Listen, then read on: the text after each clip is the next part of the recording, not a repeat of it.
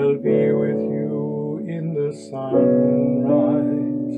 I'll be with you when the shadows fall. In your dreams, in your wakefulness, I'll be with you always. I'll be with you in the sunrise. I'll be with you when the shadows fall. In your dreams, in your wakefulness, I'll be with you always. I'll be with you in the sunrise. I'll be with you when the shadows fall. In your dreams, in your wakefulness, I'll be with you always.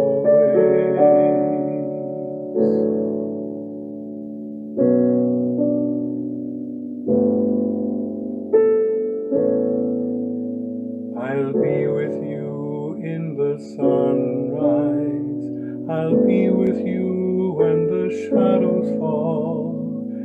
In your dreams, in your wakefulness, I'll be with you always.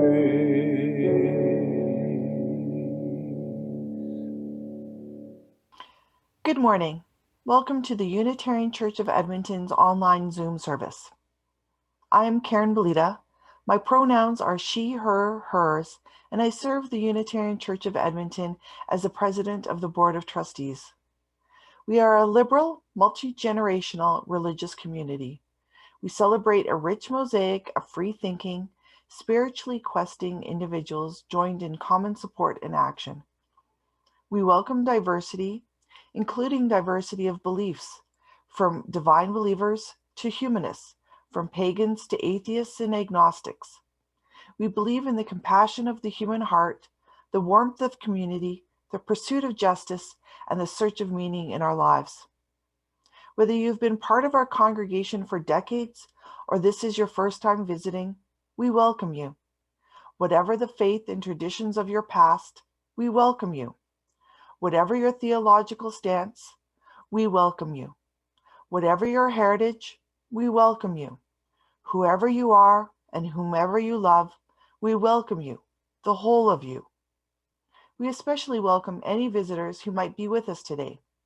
We invite you to go place your name and contact information in our online guest book, which you can find on the uce.ca website. I welcome everyone to join us after the service in a special community conversation in regards to the future of the direction of UCE. The conversation will begin right after our announcements. We acknowledge that we are on Treaty 6 territory, home of First Nations, Métis, and Inuit people over many centuries. A treaty is an inheritance, a responsibility, and a relationship. May we be good neighbors to one another, good stewards to our planet, and good ancestors to all of our children.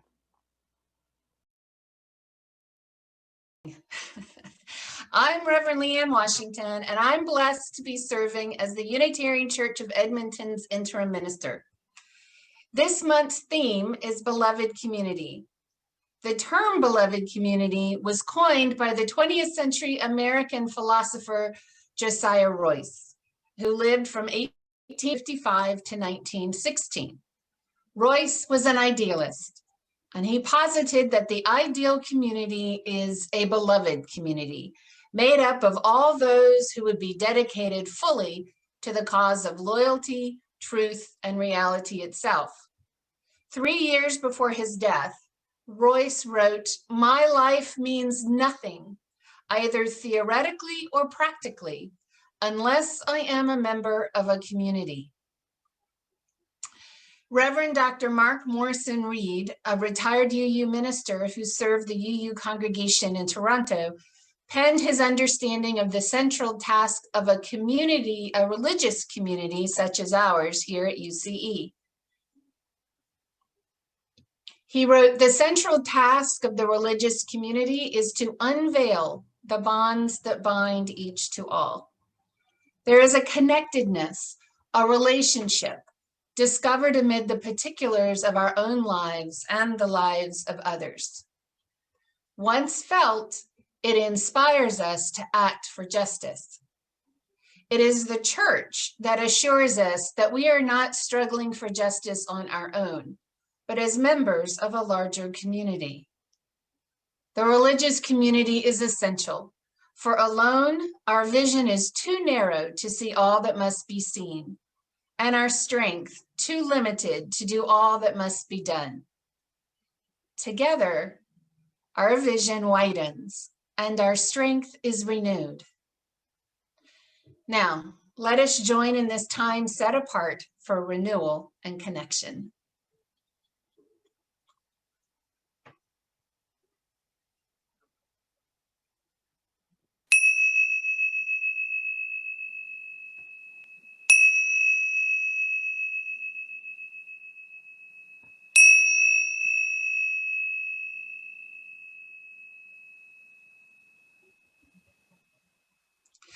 We begin our sacred time together as congregations around the world do by lighting our chalice.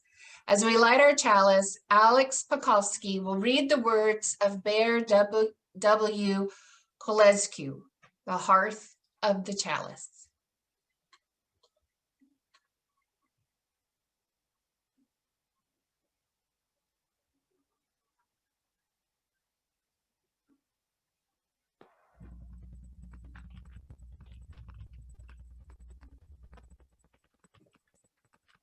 Let me start that again. As we light the chalice, may our souls become its hearth. We join our hearts to the one great flame of bright compassion, beloved community, and fervent justice. May we become lanterns to the world, lighting the way for all. With mics muted, please join in singing hymn number 1008, When Our Heart is in a Holy Place.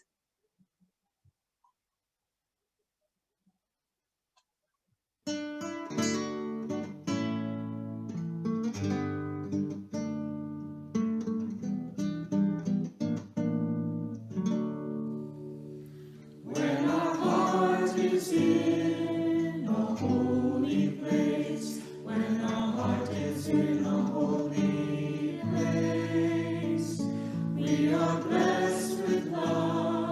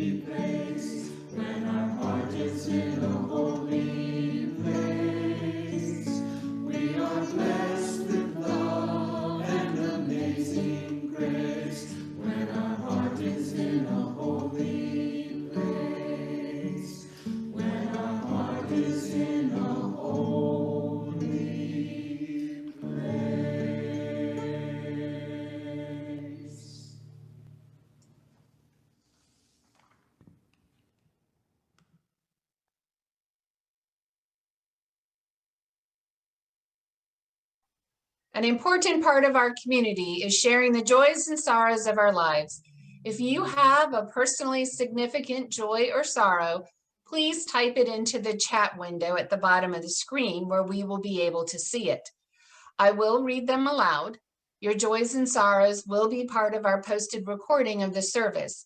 If you would not like to have your joy or sorrow available to the public, then indicate that in the chat with the prefix private and then your joy or sorrow. You may also send your joy or sorrow to candles@uce.ca. While you compose your joys and sorrows, please take a moment to reflect upon the joys and sorrows in the life of our community at UCE and in Edmonton, while enjoying some harp music offered by Gordon Ritchie.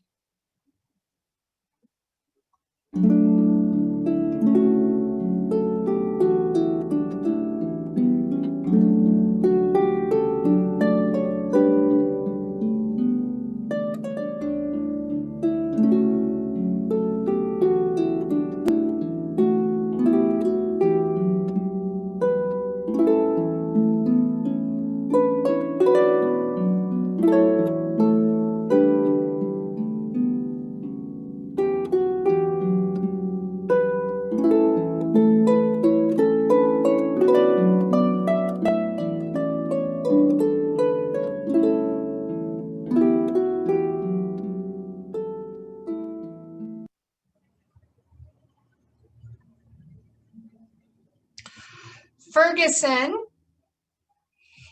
turned 6 on February 1st, and Sherry is celebrating that today with us by lighting a candle of joy.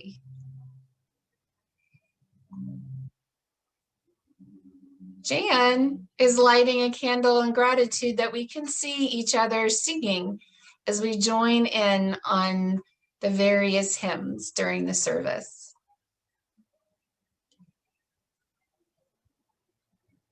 Gloria sends a candle of joy and a happy birthday wish to Fergie.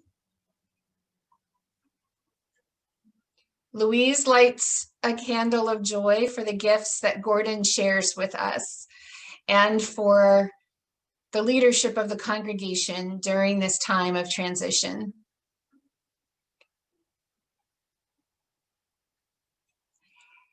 Ashley lights a candle of sorrow and remembrance. It's her mother's first Valentine's Day without her father. Her parents were married for 40 years. Lynn sends a happy birthday message to Fergie.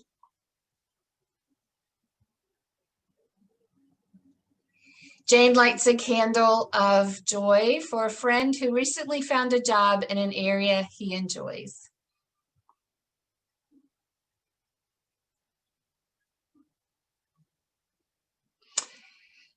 Donna lights a candle of joy and remembrance, wishing everyone a happy Valentine's Day, and says, may it be a pleasant one.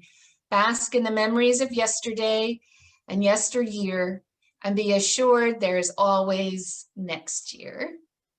Karen adds her happy birthday for Fergie.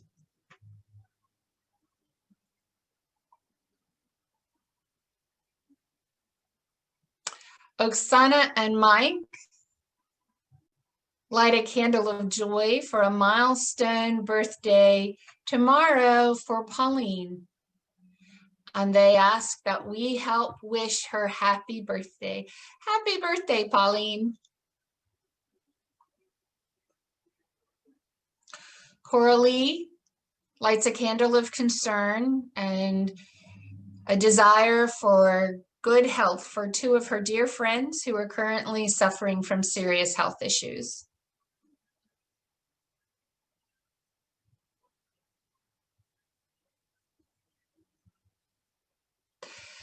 Lynn shares a candle of joy and concern.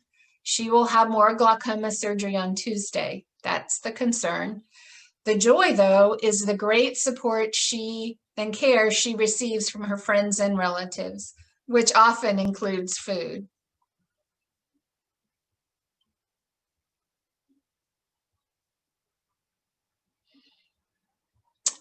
Gerard lights a candle of remembrance and gratitude. He's remembering his beloved Stephen this Valentine's Day.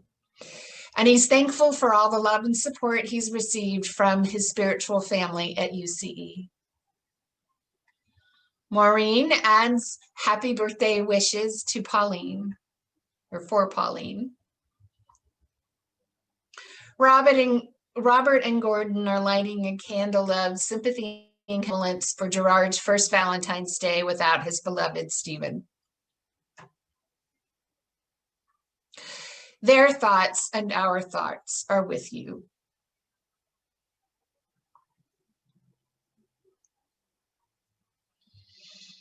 Reverend Audrey lights a candle of concern for the continuing aftermath of COVID for her grandson, Mike. And to those who are still in the same situation, she wishes a speedy recovery.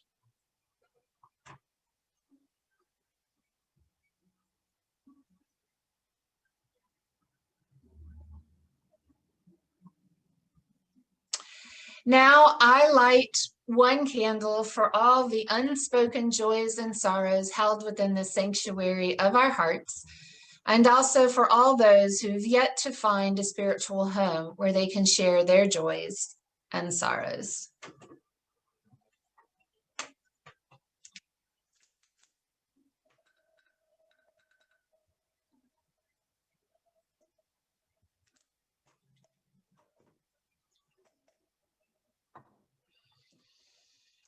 Now that we have lit our candles of connection, I invite you to enjoy a moment of quiet reflection as you listen to Circle of Stones, composed and performed by our very own Gordon Ritchie.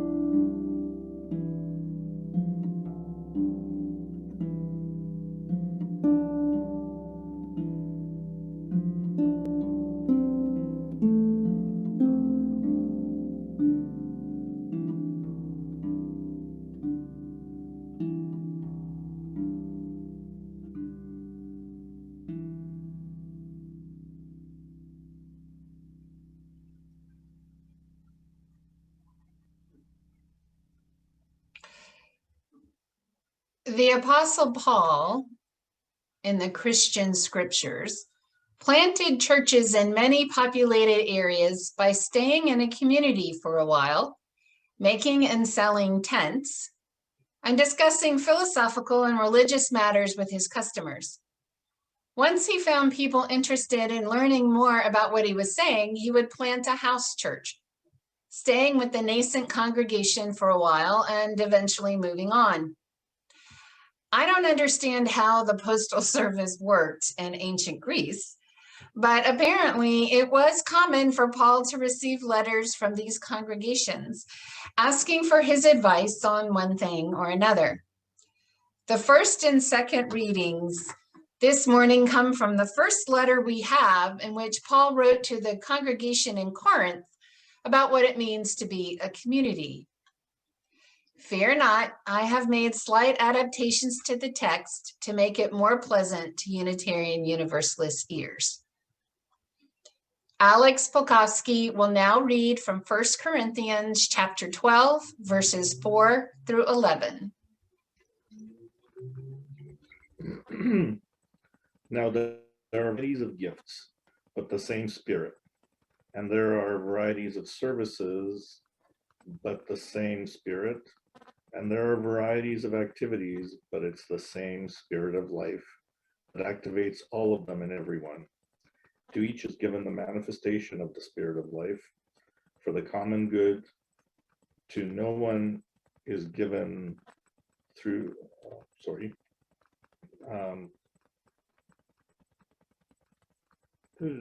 I've lost the spot. To each is given the manifestation of the Spirit of life for the common good. To one is given through the Spirit the utterance of wisdom. To another, the utterance of knowledge according to the same Spirit. To another, faith by the same Spirit. To another, gifts of healing by the same Spirit. To another, the working of miracles. To another, prophecy. To another, the discernment of spirits. To another, various kinds of languages. To another, the interpretation of languages. All of these are activated by the one and the same Spirit, who allots to each one individually, just as the Spirit chooses.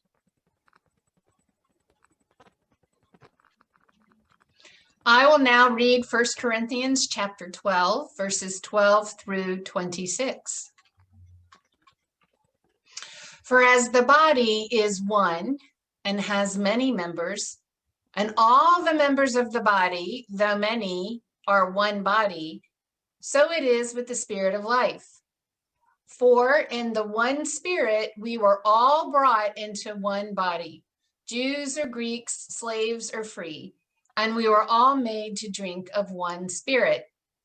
Indeed, the body does not consist of one member, but of many.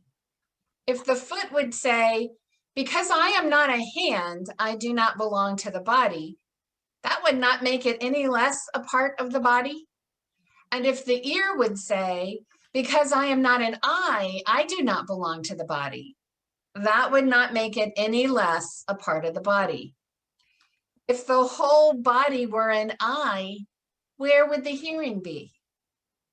If the whole body were hearing, where would the sense of smell be? But as it is, the Spirit of life arranged the members in the body, each one of them as it chose. If all were a single member, where would the body be? As it is, there are many members, yet one body. The eye cannot say to the hand, I have no need of you, nor again the head to the feet, I have no need of you. On the contrary, the members of the body that seem to be weaker are indispensable. And those members of the body that we think less honorable, we clothe with greater honor.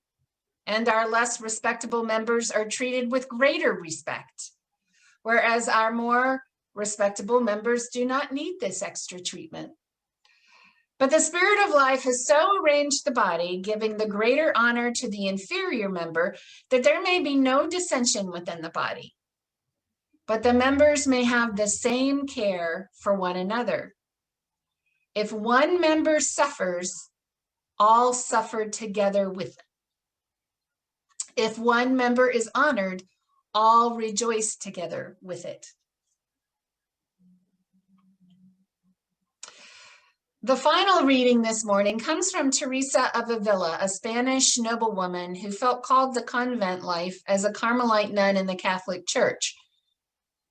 She was a religious reformer, author, theologian of contemplative life and of mental prayer. And 400 years after her death, was recognized as a doctor of the Church, which is a title given to saints in the Catholic Church, recognized as having made a significant contribution to theology or doctrine through their research, study, and writing. Once again, I've adapted her words for Unitarian Universalist ears. Alex Qolezcue will read, "The spirit of life has no body."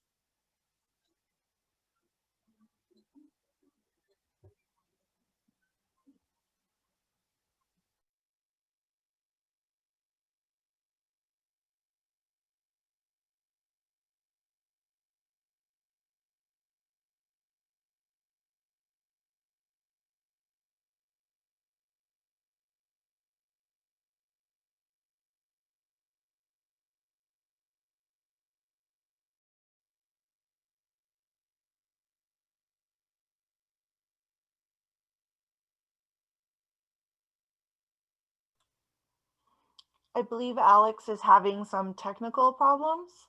Do you mind reading that, Reverend Leanne? That's fine. The spirit of life has no body now but yours. No hands, no feet on earth but yours.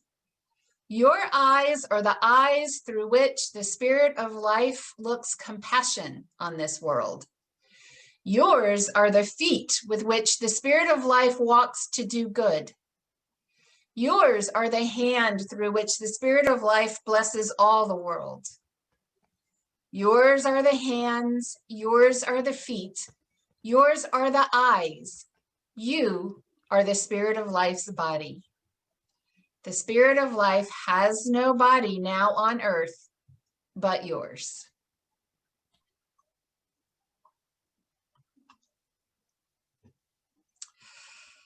Today is February 14th, Valentine's Day. This well-known lover's holiday has been mercilessly promoted by Hallmark and the purveyors of flowers, cards, chocolates, and by restaurateurs.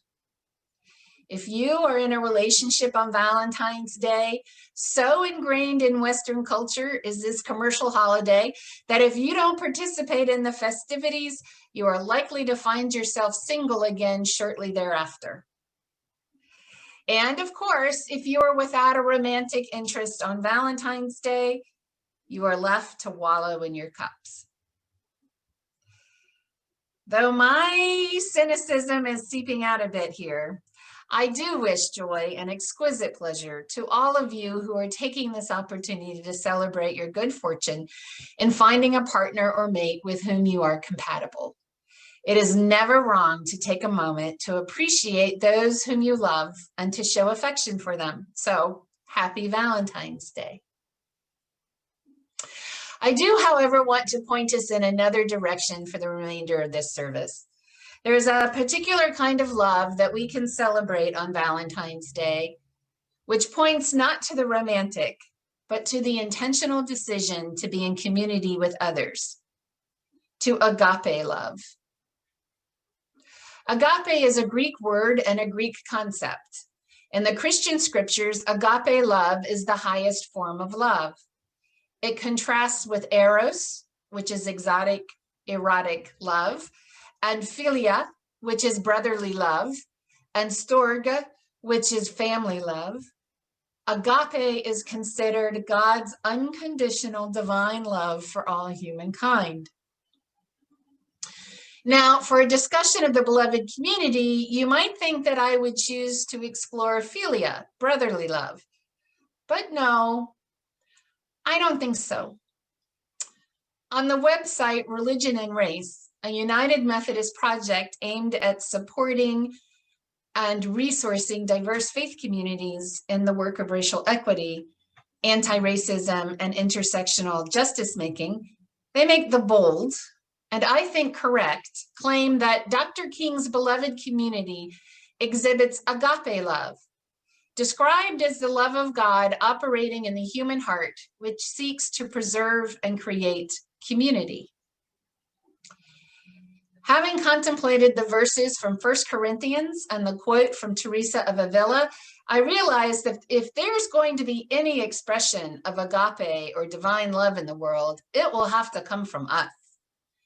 If we are ever to achieve the beloved community, we, human beings, will have to be the expression of the characteristics associated with agape love. As an aside, this is, by the way, the essence of humanism.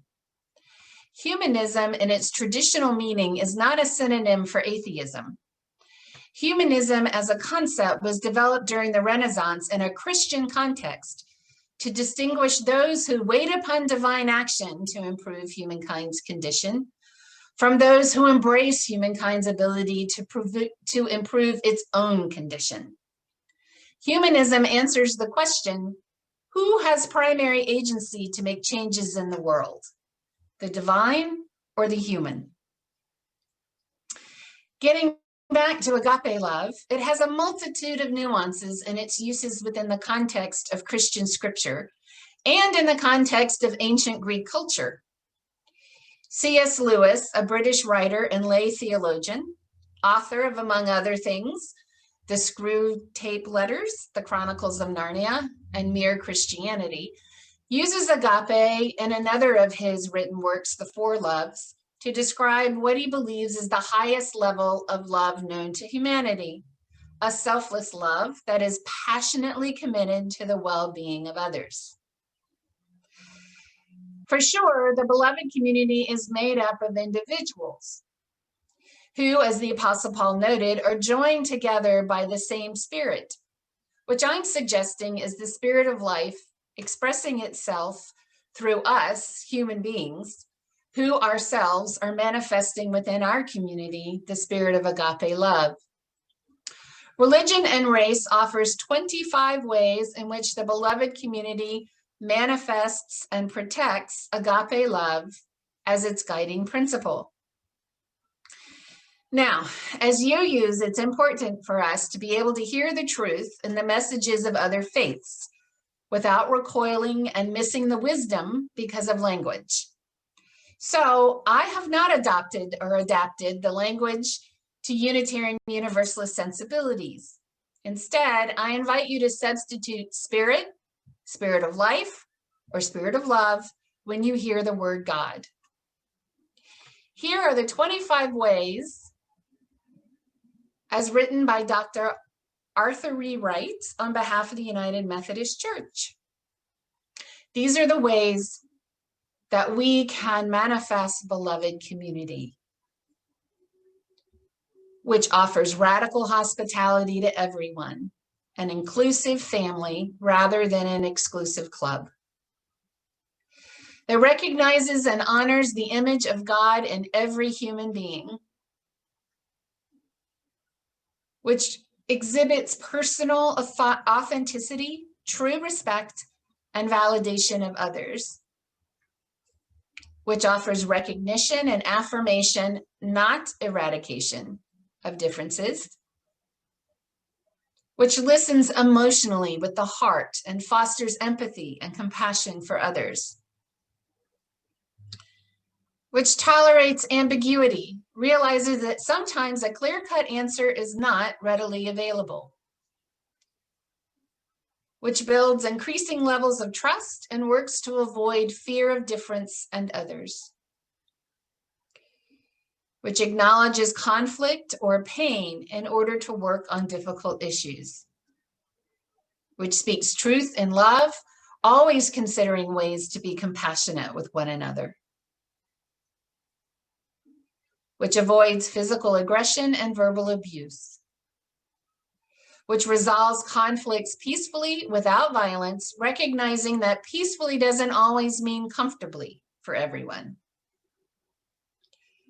which releases resentment and bitterness through self-purification. That is, avoidance of internal violence through spiritual, physical, and psychological care. Which focuses energy on removing unjust systems, not destroying persons. Which offers unyielding persistence and unwavering commitment to justice, which achieves friendship and understanding through negotiation, compromise, or consensus, considering each circumstance to discern which will be most helpful.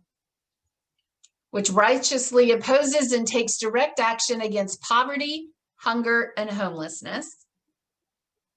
Which advocates thoroughgoing, extensive neighborhood revitalization without displacement. Which blends faith and action to generate a commitment to defeating injustice. Which encourages and embraces artistic expressions of faith from diverse perspectives. Which fosters dynamic and active spirituality. Which gathers together regularly for table fellowship and meets the needs of everyone in the community. Which relies on various religious writings, prayer, and corporate worship for inner strength. Which promotes human rights and works to create a non-racist society. And finally, which shares power and acknowledges the inescapable network of mutuality among the human family. I don't know about you, but many of the 25 ways resonated with me. Were like our 7 principles. Were like our 6 sources. And were like some of the conversations that I have taken part in since joining UCE.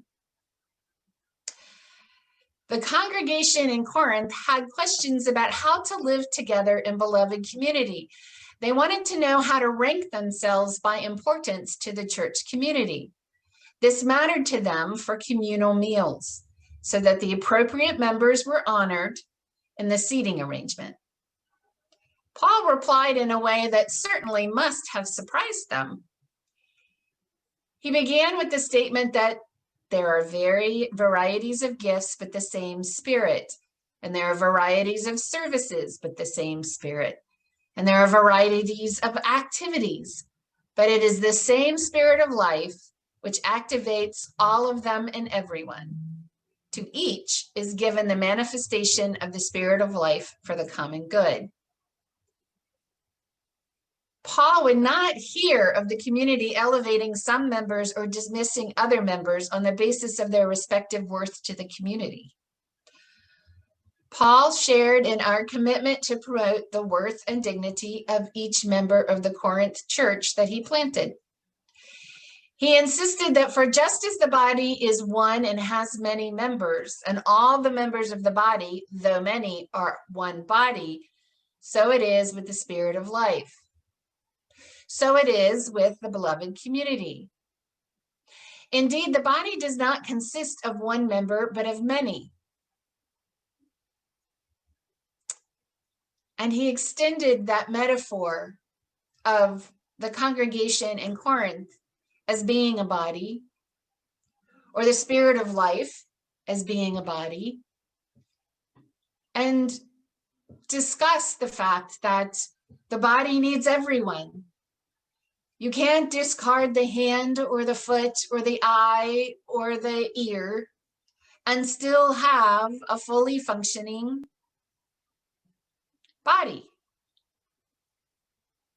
And if the body is missing some aspect, it is incumbent on us as other members of the body to provide support and love and care.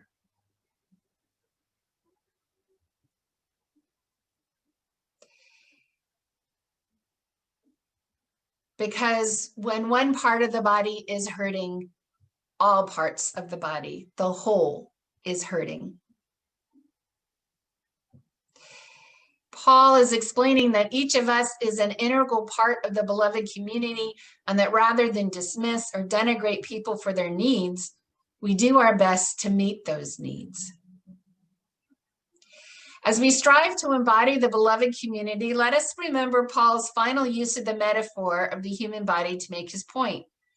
The Spirit of life has so arranged the body that there may be no dissension within the body, but the members may have the same care for one another. If one member suffers, all suffer together with it. If one member is honored, all rejoice together with it. This Valentine's Day, let's embody agape love, offering to others a wondrous love that heals, uplifts, and offers hope. With mics muted, please join in singing hymn number 18, What Wondrous Love.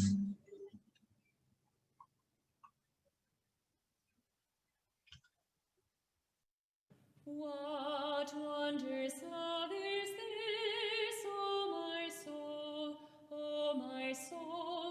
What wondrous love is this, O my soul? What wondrous love is this that brings my heart such bliss and takes away the pain of my soul? Of my soul, and takes away the pain of my soul. When I was sinking down, sinking down, sinking down, when I was sinking down, sinking down, when I was sinking down, beneath my sorrow's ground, friends to me gathered round. Oh my soul,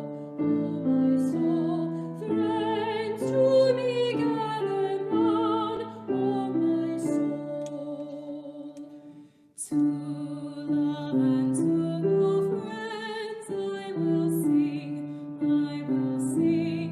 To love and to all friends I will sing. To love and to all friends, all pain and sorrow meant, with thanks unto the end I will sing, I will sing. With thanks unto the end I will sing. What wondrous love is this, O my soul, O my soul? What wondrous love is this, O my soul? What wondrous love is this that brings my heart such bliss and takes away the pain of my soul, and takes away the pain of my soul.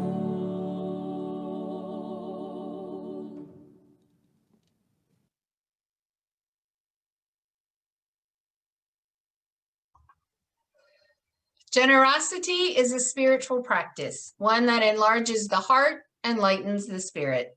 For no matter how much or how little we have, in the sharing of it, both the one who gives and the one who receives are blessed. We are a self-governing and self-supporting community. We rely on your donations to support our staff and offer our programs.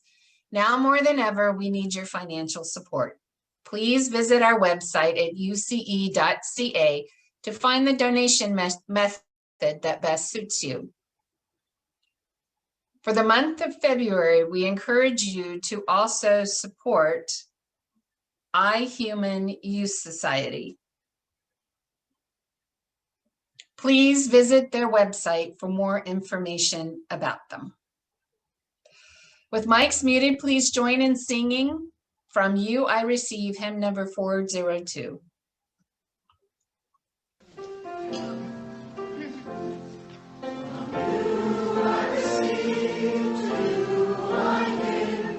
Together we share, and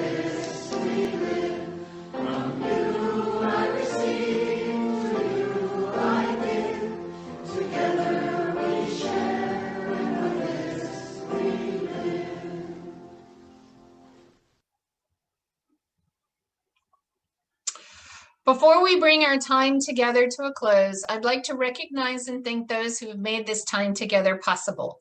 Our host and greeters, Susan Rutan, our slide creator and slide runner, Karen Belita, our reader, Alex Bukowski, our breakout rooms, Gloria Krenbrink, our service recorder, Karen Belita.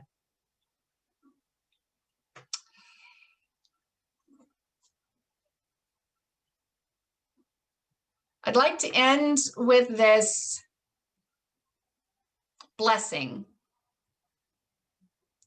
A blessing for all of us at UCE, and also a charge for how we should be together at UCE and when we're out in the world, sharing ourselves and our faith with others.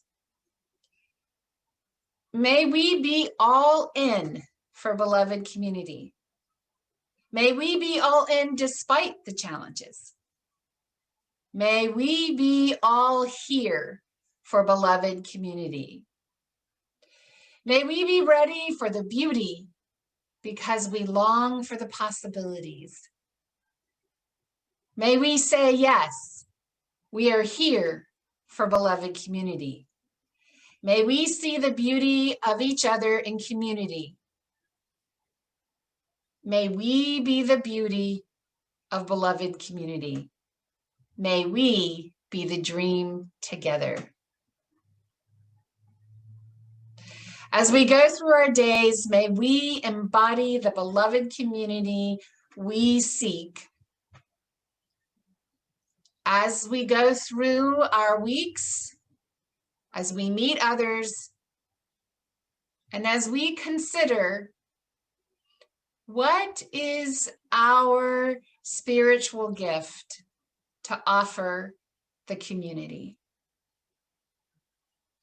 As we extinguish our chalice, Alex Bukowski will read The Work We Share, written by Krista Tavis.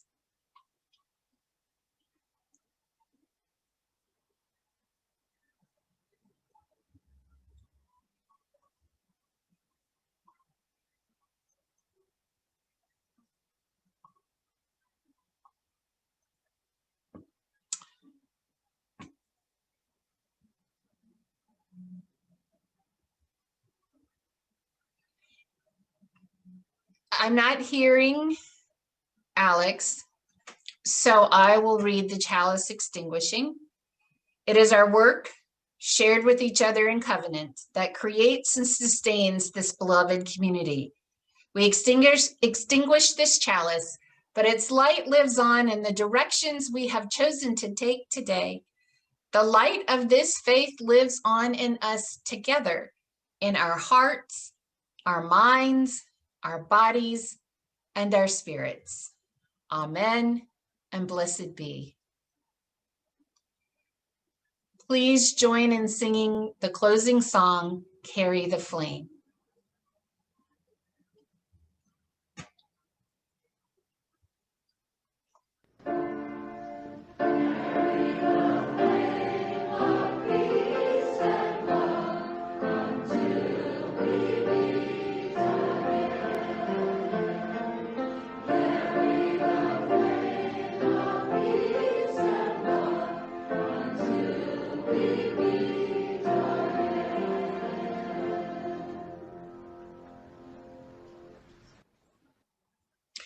This concludes our worship service this morning. Now is the time to take a short comfort break, get a cup of coffee, and watch our weekly announcements as they slide by. In a few minutes, you will have an opportunity to find out more about the new direction for UCE. Depending on the length of our discussion, we may or may not then break out into coffee conversation groups. We'll just have to see how this plays out.